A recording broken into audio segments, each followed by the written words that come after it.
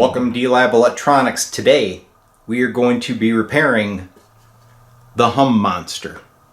Bottom side of the Dora build. My nickname for this amp is the Hum Monster. I'll show you why in a minute. So what we have here is a hand-built amplifier. The model is Dora upgraded Thrifty Croaker amplifier.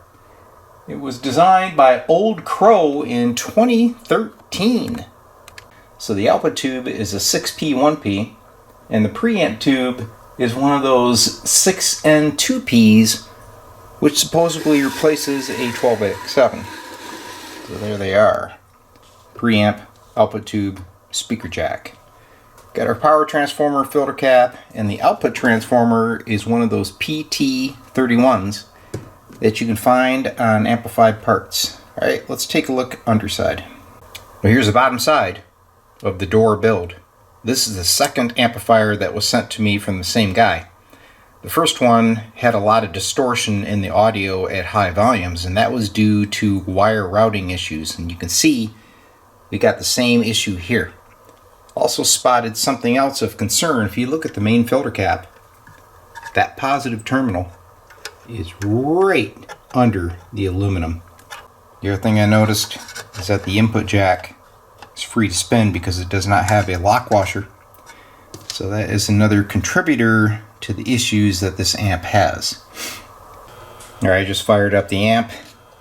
Volume's all the way down. Let's take a listen. There's the hum. Now watch this.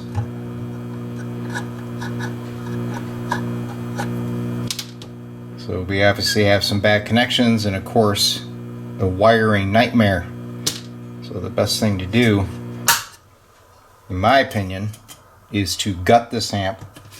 We're going to pull the turret board and I'm going to install a D-Lab Class A driver board in its place. It's going to sit about here, and I'll completely rewire the amp and hopefully the noise is gone. After I remove the turret board, then I'm going to get here and pull the filter cap and either remount it or add a clearance notch around that terminal so we eliminate the hazard. So it appears as though we already have good separation between the power supply and the output section. Now what I need to do is get this board mounted close to the controls so that we have short wire runs going from the input jacks, pots, and over to the tubes. So I've started the gutting process. Turret board's out. I actually transferred a few of those parts onto the new D-Lab driver board, which will mount here. I'm also going to be adding a tone pot where that brightness switch used to be. Here's a progress report on the amp. I've cleaned up the grounding over here for the power supply. Filter cap is centered and wired up to the diodes. New ECBA board is in place, ready to wire. I've completed the wiring on Dora. We have the new D-Lab driver board installed. Nice short wire runs going to the tubes and the pots. Because of the distance between the input jack and the volume pot, I used coax, which is RG174, grounded at the control side, floating at the tube side.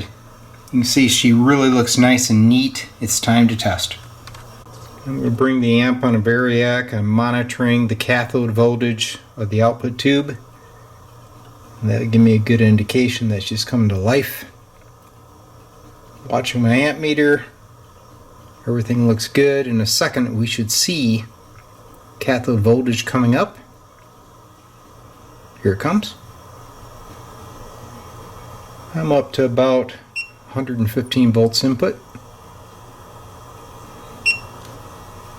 Here she comes. Bring up the volume. It's full volume. Turn all the way down. No hum. Let's pop a looper on this thing, see what it sounds like. Alright, I have a looper hooked up. Here's my volume here.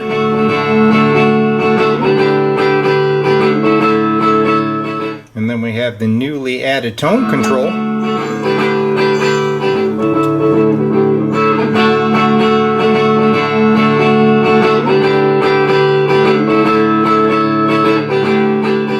sounds good. Turn that volume all the way down. No hum. Mission accomplished. Well, that was a great way to spend a rainy Saturday afternoon here at D-Lab. You may be wondering, why didn't I repair this amp as is and solve those hum issues? Well, when I have these projects come in, I have to evaluate how much time it's going to take to either troubleshoot it or simply install one of my boards that I know are noise free. So I talked to the customer. I said it's in your best interest that we install this board. It's less time and less money.